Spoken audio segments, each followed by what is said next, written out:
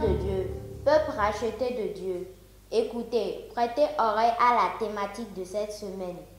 Éternel, par ta lumière, nous voyons la lumière, discernons la volonté de Dieu. Le deuxième texte de la circonstance se trouve dans le livre de Jean, en son chapitre 1, du 9e au 14e verset. Jean 1, 9 à 14, méditant la parole de Dieu. Jean 1, 19, 9 à 14. Cette lumière était la véritable lumière, qui en venant dans le monde éclaire tout homme. Elle était dans le monde, et le monde a été fait par elle. Et le monde ne l'a point connue. Elle est venue chez les siens, et les siens ne l'ont point reçue. Mais à tous ceux qui l'ont reçue, à ceux qui croient en son nom, elle a donné le pouvoir de devenir enfants de Dieu, desquels sont nés. Non du sang, ni de la volonté de la chair, ni de la volonté de l'homme, mais de Dieu. Et la parole a été faite chair, et elle a habité parmi nous, pleine de grâce et de vérité, et nous avons contemplé sa gloire, une gloire comme la gloire du Fils unique venu du Père.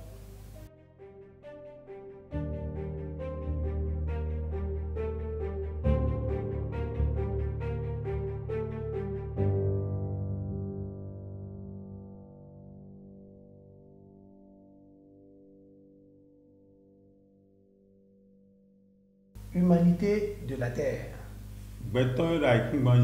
L'ensemble des hommes qui vivent sur la terre.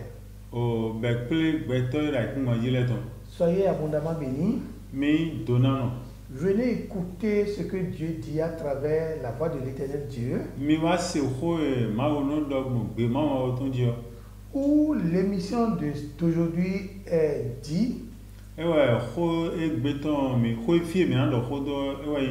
C'est par la lumière de Dieu que nous voyons la lumière. La voix de l'Éternel Dieu. Le thème d'aujourd'hui nous parle de l'origine de la lumière qui est Dieu. Éternel, par ta lumière, nous voyons la lumière. Angelo Orekan est allé déjà à la définition des mots du thème. Il nous revient de parler de l'Éternel, notre source de lumière. Et comme vous avez déjà entendu, qu'est-ce qu'on appelle les ténèbres et qu'est-ce qu'on appelle la lumière? L'obscurité, c'est l'état d'invisibilité. C'est l'état d'ignorance. C'est l'état d'offense de l'homme. Nous ne comprenons rien dans l'obscurité. Nous ne voyons rien dans l'obscurité. Nous ne faisons aucune différence dans l'obscurité. Nous ne remarquons rien dans l'obscurité. Dans le noir total, il nous est impossible de progresser. Il nous est impossible d'évoluer.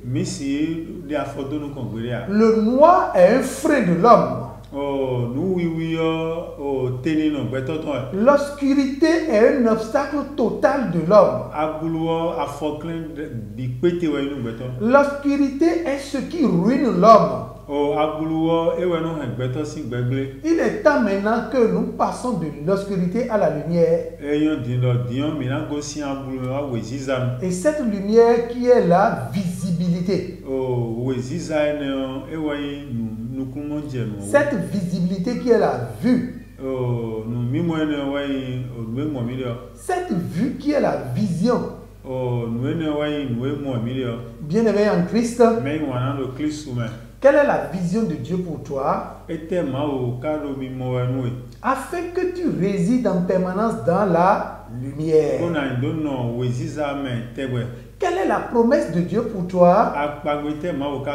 Afin que tu demeures dans sa sanctification.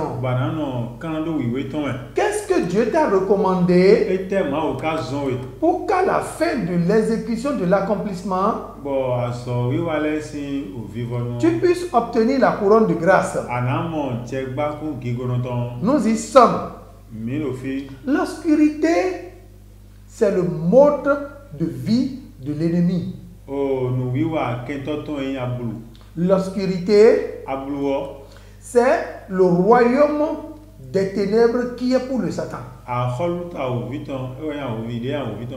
L'obscurité, c'est le temps pendant lequel personne ne peut rien faire.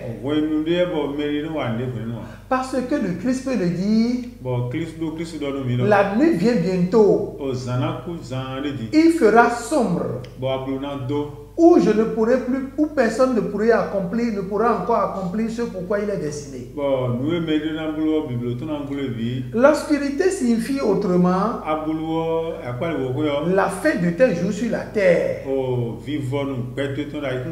Autrement, l'obscurité signifie le fait de ne pas connaître ce pourquoi tu es venu sur la terre.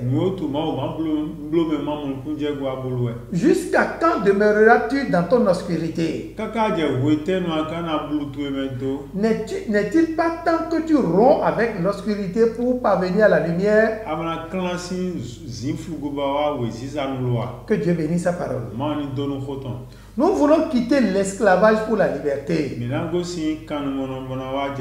l'ignorance pour la connaissance, l'incapacité pour la possibilité, la sécheresse pour l'abondance, le manque, le dénuement pour la prospérité totale.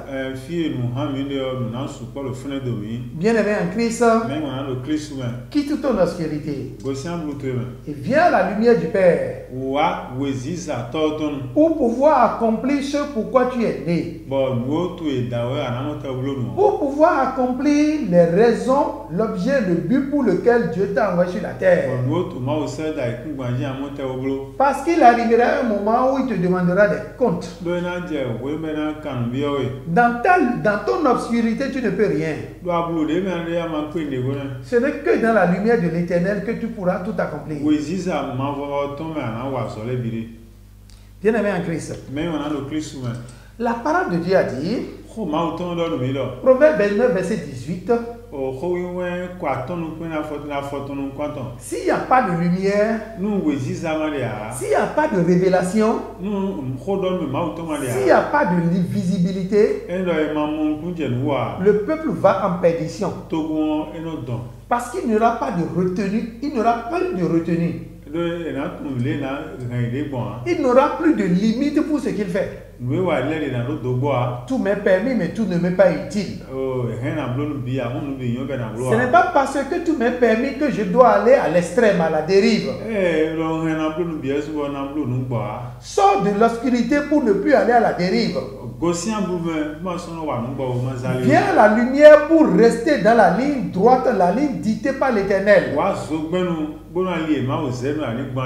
Quand nous prenons le psaume 23, il dit, l'Éternel est mon berger. C'est-à-dire, l'Éternel est ma lumière. Cette lumière me conduit partout où je dois aller. Même dans les ténèbres profondes animées de cette lumière, je traverse les difficultés grâce à cette lumière. Tous les obstacles qui barbichaient mon chemin, je les traversais grâce à cette lumière. Tous les trous que l'ennemi a mis devant moi, je les traverse grâce à la lumière. Et je parviens à l'abondance. De sorte que je vis dans la joie, dans l'allégresse. C'est difficile pour toi d'être un aveugle. Quand tu es aveugle, tu ne peux rien faire de ta vie. Tu l'as raté. Quand nous prenons Matthieu 15, verset 14, Jésus a dit, laissez les aveugles, c'est un aveugle qui conduit notre aveugle. La réussite leur est interdite. La bénédiction leur est dépourvue. Parce qu'ils ne sont pas sous la direction de Dieu. Étant dans l'obscurité, étant dans l'aveuglement, ils ne sont pas sous la direction de Dieu. Ouvre-toi la lumière pour recevoir la gloire de l'Éternel. Pour agir fidèlement à ce que Dieu te recommande. Quand je prends Luc 6, verset 39, nous verrons comment c'est compliqué d'être conduit par un aveugle. Quand nous prenons Jean 9, verset 18, cet individu a dit, j'étais aveugle. J'étais dans l'ignorance, dans l'insouciance, dans le dénuement. Je n'avais pas de berger, je n'avais pas de conducteur. Mais désormais je vois. Je reçois les instructions de Dieu que je mets en application. Désormais je connais ce que je dois faire pour la gloire de l'Éternel, afin que celui qui est à côté, qui méprisait même Dieu, puisse venir à Dieu de par mes comportements, mon attitude. Quand nous prenons Jean 9, verset 25, c'est pareil. Je vais à Jean 12, verset 40, où ton aveuglement, l'obscurcissement de ton cœur t'empêche de réussir. Tes yeux obscurcis, ton cœur obscurci, tu ne perçois pas la lumière et tu rates ce pourquoi tu es né. Quand je prends Jérémie 17, verset 4, la parole de Dieu a dit, tu rateras ta promesse par ton comportement. La lumière est sur ta promesse. Mais du moment où tu détournes le regard de cette lumière, tu ne verras même pas ce qui t'a été promis. Ton comportement de demeurer dans l'obscurité, de vivre sans Dieu, t'empêche de voir tes bénédictions et de travailler en conséquence.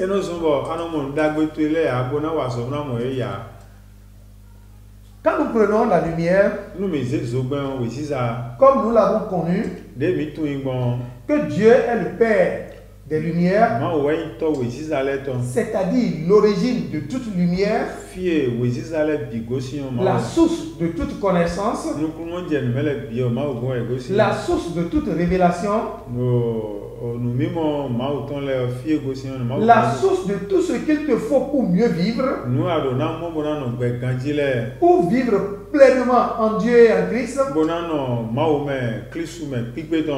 Ce qu'est l'Esprit Saint, l'Esprit de vérité, l'Esprit qui révèle tout ce que tu dois connaître.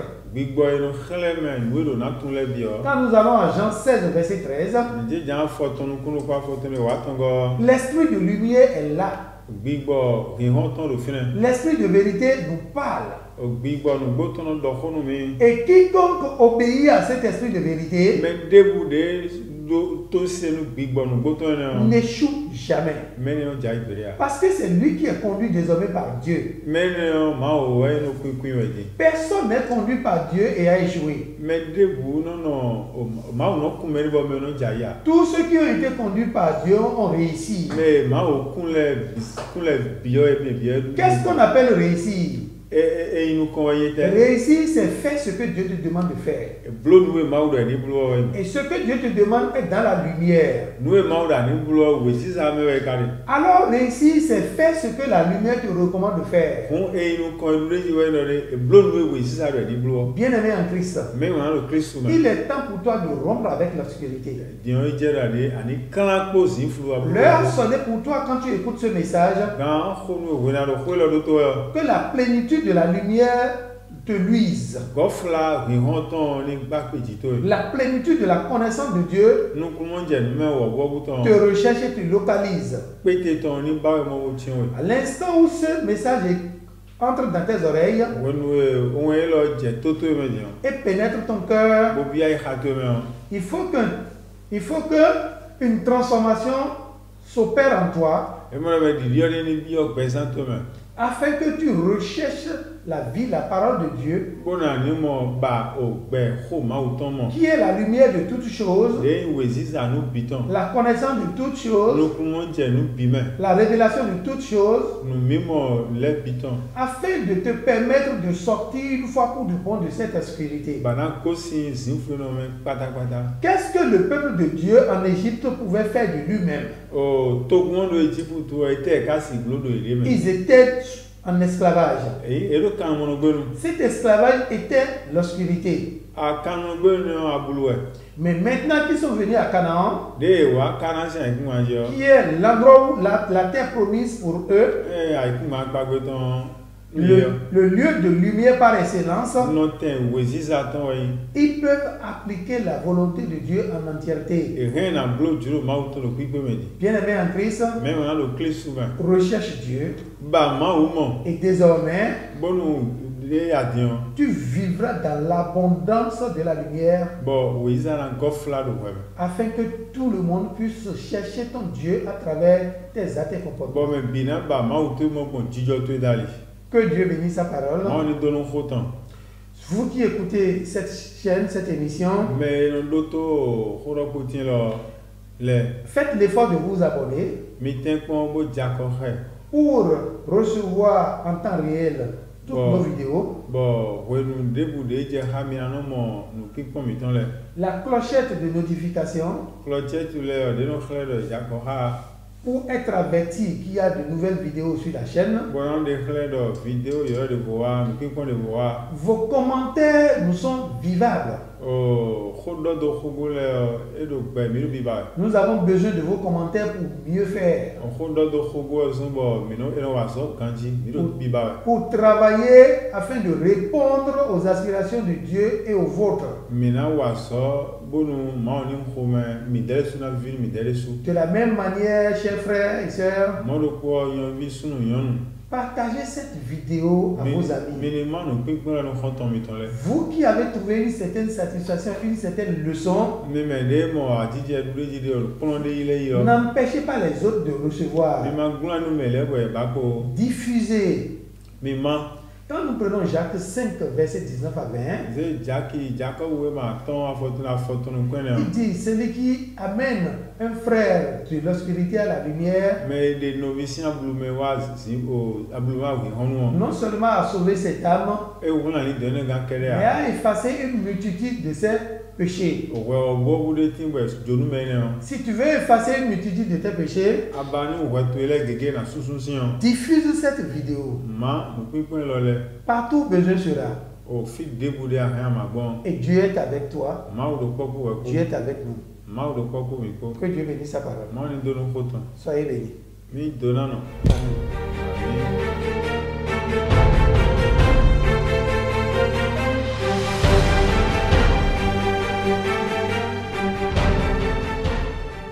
Merci de nous avoir suivis. Aimez, partagez et surtout n'oubliez pas d'activer la cloche de notification. Merci et à bientôt.